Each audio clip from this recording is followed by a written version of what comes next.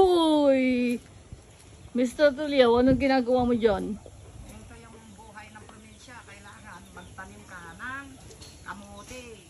Dinidiri mo, 20 pesos, ilang piraso lang, mahina.